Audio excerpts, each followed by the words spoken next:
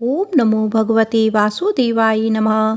नमस्कार दोस्तों, आज मैं आपको एकादशी के दिन सुनी जाने वाली श्री शालिग्राम जी की पुण्य फल प्रदान करने वाली सच्ची कथा सुनाऊंगी। अगर आपको यह कथा अच्छी लगी तो वीडियो को लाइक, सब्सक्राइब और शेयर जरूर कीजिएगा। एक बार प्रेम से बोलो विष्णु भगवान की जय। एक कसाई था जिसका नाम था सदना। वह बहुत ही ईमानदार था। वो भगवान के नाम और कीर्तन में मस्त रहा करता था। यहाँ तक कि मांस को काटते बेचते हुए भी वह भगवान का नाम गुणगान करता रहता था। एक दिन वह अपनी ही धुन में कहीं जा रहा था कि अचानक उसके पैर से कोई पत्थर टकराया। वह रुक गया और उसने देखा एक काले रंग के गोल पत्थर से उसका पैर टकरा गया है। उसने वह पत्थर उठा लिया और अपनी जेब में रख लिया, यह सोचकर कि यह मांस तौलने के काम में आएगा। वापस आकर उसने वह पत्थर मांस के वजन को तौलने के काम में लगाया। कुछ ही दिनों में उसने समझ लिया कि यह पत्थर कोई साधारण नहीं है, क्योंकि जितना वजन उसको तौलना होता है पत्थर उतने ही वजन का हो जाता। धीरे धीरे यह बात फैलने लगी कि सदना कसाई के पास वजन करने वाला पत्थर है। वह जितना चाहता है पत्थर उतना ही तौल देता है। किसी को 1 किलो मांस देना होता है तो तराजू में उस पत्थर को एक तरफ डालने पर दूसरी ओर 1 किलो का ही मांस तुलता है। अगर किसी को 2 किलो चाहिए हो तो वह पत्थर 2 किलो के भार जितना भारी हो जाता है। इस चमत्कार के कारण उसके यहाँ लोगों की भीड़ जुटने लगी। भीड़ जुटने के साथ ही सदना की दुकान की बिक्री बढ़ गई। यह बात एक ब्राह्मण तक भी पहुँची। हालांकि वह ऐसी अशुद्ध जगह पर नहीं जाना चाहते थे जहाँ मांस कटता हो व बिकता हो, किंतु चमत्कारी पत्थर को देखने की उत्सुकता उसे सदना की दुकान तक खींच लाई। दूर से खड़ा होकर वह सदना कसाई को मांस तौलते देखने लगा। उसने देखा कि कैसे वह पत्थर हर प्रकार के वजन को बराबर तौल रहा है। ध्यान से देखने पर उसके शरीर के रोए खड़े हो गए। भीड़ के छंटने अर्थात कम होने के बाद ब्राह्मण सदना कसाई के पास गया। ब्राह्मण को अपनी दुकान में आया देखकर सदना कसाई प्रसन्न भी हुआ और आश्चर्यचकित भी। बड़ी नम्रता से सदना ने ब्राह्मण को बैठने के लिए स्थान दिया और पूछा कि वह उनकी क्या सेवा कर सकता है। ब्राह्मण बोले, तुम्हारे इस चमत्कारी पत्थर को देखने के लिए ही मैं तुम्हारी दुकान पर आया हूँ, या यूँ कहूँ कि ये चमत्कारी पत्थर ही मुझे खींचकर तुम्हारी दुकान पर ले आया है। बातों ही बातों में उन्होंने सदना कसाई को बताया कि जिसे पत्थर समझकर वो मांस तौल रहा है वास्तव में वो शालिग्राम जी हैं, जो कि भगवान का स्वरूप होता है। शालिग्राम जी को इस तरह गले कटी मांस के बीच में रखना व उनसे मांस तौलना बहुत बड़ा पाप है। सदना बड़े ही सरल प्रवृत्ति का भक्त था। ब्राह्मण की बात सुनकर उसे लगा कि अनजाने में मैं तो बहुत बड़ा पाप कर रहा हूँ। विनय करके सदना ने वह शालिग्राम उन ब्राह्मण को दे दिया और कहा कि आप तो ब्राह्मण हैं, इसीलिए आप ही इनकी सेवा परिचर्या करके इन्हें प्रसन्न करें। मेरे योग्य कुछ सेवा हो तो मुझे अवश्य बताएं। ब्राह्मण शालिग्राम शिला को बहुत सम्मान से घर ले आए। घर आकर उन्होंने श्री शालिग्राम जी को स्नान करवाया, पंचामृत से अभिषेक किया व पूजा अर्चना आरंभ कर दी। कुछ दिन ही बीते थे कि उन ब्राह्मण के स्वप्न में श्री शालिग्राम जी आए और कहने लगे कि हे ब्राह्मण, मैं तुम्हारी सेवा से प्रसन्न हूँ, किंतु तुम मुझे उसी कसाई के पास छोड़ आओ।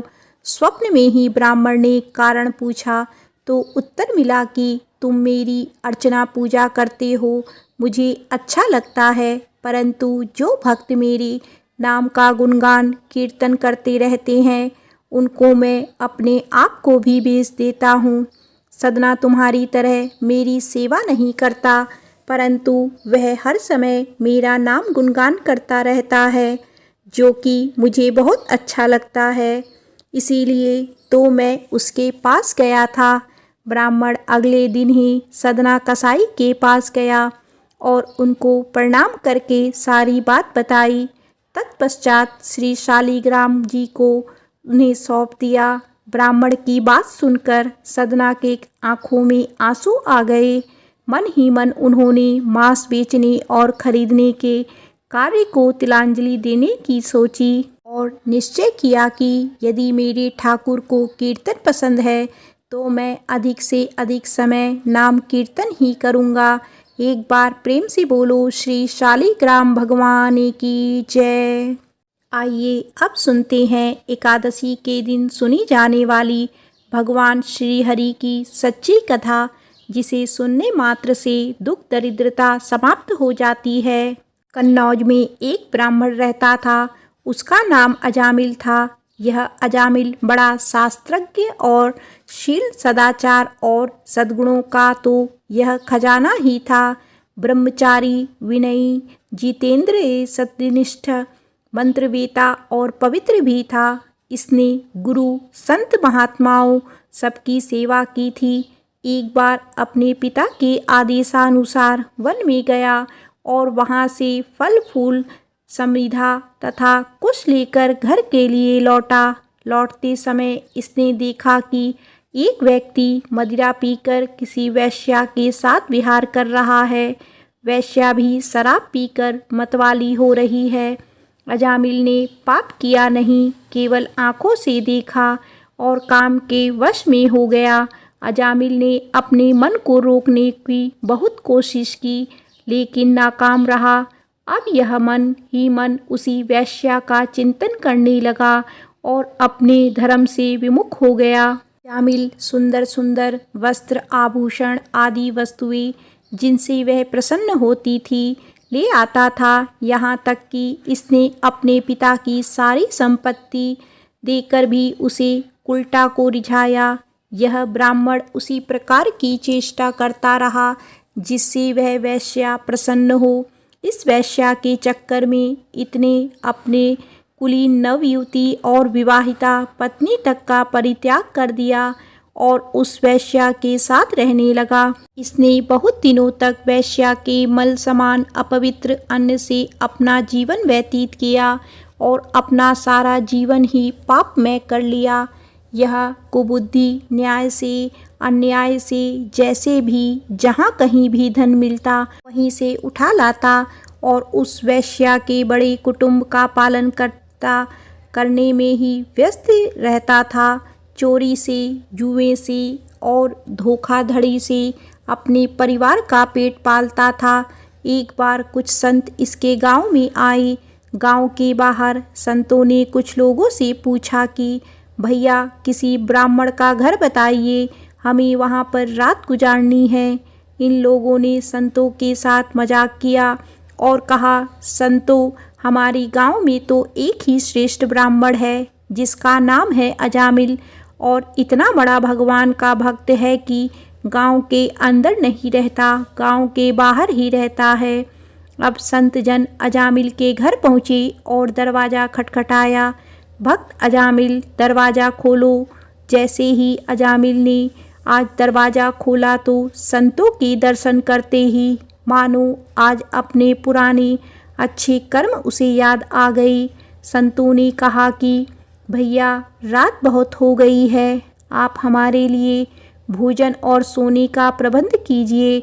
अजामिल ने सुंदर भोजन तैयार करवाया और संतों को करवाया। जब अजामिल ने संतों से सोने के लिए कहा तो संत कहते हैं, भैया हम प्रतिदिन सोने से पहले कीर्तन करते हैं, यदि आपको समस्या ना हो तो हम कीर्तन कर लें। अजामिल ने कहा, आप ही का घर है महाराज, जो दिल में आए सो करो। संतों ने सुंदर कीर्तन प्रारंभ किया। और उस कीर्तन में अजामिल बैठा। सारी रात कीर्तन चला और अजामिल की आंखों से खूब आंसू गिरे, मानो आज आंखों से आंसू नहीं पाप धुल गए हैं। सारी रात भगवान का नाम लिया। जब सुबह हुई, संतजन चलने लगे तो अजामिल ने कहा, महात्माओं, मुझे माफ़ कर दीजिए, मैं कोई भक्त नहीं हूँ, मैं तो एक महापापी हूँ। मैं वेश्या के साथ रहता हूँ और मुझे गांव से बाहर निकाल दिया गया है। केवल आपकी सेवा के लिए मैंने आपको भोजन करवाया, नहीं तो मुझसे बड़ा पापी कोई नहीं है। संतों ने कहा, अरे अजामिल, तूने ये बात हमें कल क्यों नहीं बताई? हम तेरे घर में रुकते ही नहीं। अब तूने हमें आश्रय दिया है तो चिंता मत कर। ये बता, तेरे घर में कितने बालक हैं? अजामिल ने बता दिया कि महाराज 9 बच्चे हैं और अभी ये गर्भवती है। तूने कहा कि इस बार जो तेरी संतान होगी वो तेरे पुत्र होगा और तू उसका नाम नारायण रखना, जा तेरा कल्याण हो जाएगा। संतजन आशीर्वाद देकर चले गए। समय बीता, उसके पुत्र हुआ, नाम रखा नारायण। अजामिल अपने पुत्र नारायण में बहुत आसक्त था। अजामिल ने अपना पूरा संपूर्ण हृदय अपने बच्चे नारायण को सौंप दिया था। हर समय अजामिल कहता था कि नारायण भोजन कर लो, नारायण पानी पी लो, नारायण तुम्हारा खेलने का समय है, तुम खेल लो। हर समय नारायण नारायण करता था। इस तरह 88 वर्ष बीत गए। वह अतिशय मूढ़ हो गया था। उसे इस बात का पता ही ना चला कि मृत्यु मेरे सिर पर आ पहुंची है। अब वह अपने पुत्र बालक नारायण के संबंध में ही सोचने विचारने लगा। इतने में ही अजामिल ने देखा कि उसे ले जाने के लिए यमराज के दूत आए हैं और वह नारायण नारायण पुकारने लगा। भगवान के पार्षदों ने देखा कि यह मरते समय हमारे स्वामी भगवान नारायण का नाम ले रहा है, उनके नाम का कीर्तन कर रहा है। अतः वे बड़े वेग से झटपट वहाँ आ पहुँचे। उस समय यमराज के दूत दासीपति अजामिल के शरीर में से उसके सूक्ष्म शरीर को खींच रहे थे। विष्णु दूतों ने बलपूर्वक रोक दिया। उनके रोकने पर यमराज के दूतों ने उनसे कहा, अरे धर्मराज की आज्ञा का निषेध करने वाले तुम लोग हो कौन? तुम किसके दूत हो? कहाँ से आए हो? और इसे ले जाने से हमें क्यों रोक रहे हो? यमदूत ने इस प्रकार कहा। तब भगवान नारायण के आज्ञाकारी पार्षदों ने हंसकर कहा, यमदूतों, यदि तुम लोग सचमुच धर्मराज के आज्ञाकारी हो तो हमें धर्म का लक्षण और धर्म का तत्व सुनाओ। का पात्र कौन है? यमदूतों ने कहा, वेदों ने जिस कर्मों का विधान किया है वे धर्म है और जिनका निषेध किया है वे अधर्म है। वेद स्वयं भगवान के स्वरूप हैं। वे उनके स्वाभाविक श्वास प्रवास एवं स्वयं प्रकाश ज्ञान है, ऐसा हमने सुना है। पाप कर्म करने वाले सभी मनुष्य अपने अपने कर्मों के अनुसार दंडनीय होते हैं। भगवान श्री हरि विष्णु जी के पार्षदों ने कहा, यमदूतों, यह बड़े आश्चर्य और खेद की बात है कि धर्मज्ञों की सभा में अधर्म प्रवेश कर रहा है, क्योंकि वहाँ निरपराध और अदंडनीय व्यक्तियों को व्यर्थ में ही दंड दिया जाता है। यमदूतों, इनके कोटि कोटि जन्मों की पाप राशि का पूरा पूरा प्रायश्चित कर लिया है, क्योंकि इसने विवश होकर ही सही भगवान के परम कल्याण में मोक्षप्रद नाम का उच्चारण किया है। जिस समय इसने नारायण इन 4 शब्दों का उच्चारण किया, उसी समय केवल इतने से ही इस पापी के समस्त पापों का प्रायश्चित हो गया।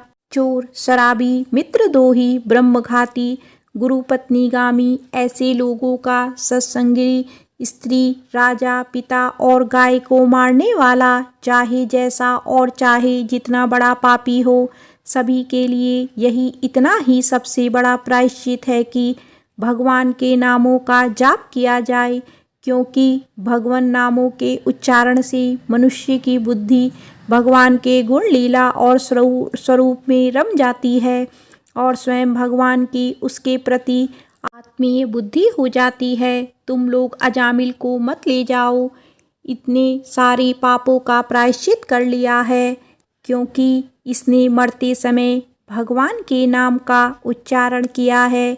इस प्रकार भगवान के पार्षदों ने भागवत धर्म का पूरा निर्णय सुना दिया और अजामिल को यमदूतों के पास से छुड़ाकर मृत्यु के मुख से बचा लिया। भगवान की महिमा सुनते ही अजामिल के हृदय में शीघ्र ही भक्ति का उदय हो गया। अब वह अपने पापों को याद करके बड़ा पश्चाताप करने लगा। अजामिल मन ही मन सोचने लगा, अरे मैं कैसा इंद्रियों का दास हूँ। मैंने एक दासी के गर्भ से पुत्र उत्पन्न करके अपना ब्राह्मण तत्व नष्ट कर दिया। यह बड़े दुख की बात है। धिक्कार है, मुझे बार बार धिक्कार है। मैं संतों के द्वारा निंदित हूँ, पापात्मा हूँ। मैंने अपने कुल में कलंक का टीका लगा दिया। मेरे माँ बाप बूढ़े और तपस्वी थे, मैंने उनका भी परित्याग कर दिया। मैं कितना कृतज्ञ हूँ। मैं अब अवश्य ही अत्यंत भयावह नरक में गिरूंगा, जिसमें गिरकर धर्मघाती पापात्मा कामी पुरुष अनेक प्रकार की यम यातना भोगते हैं।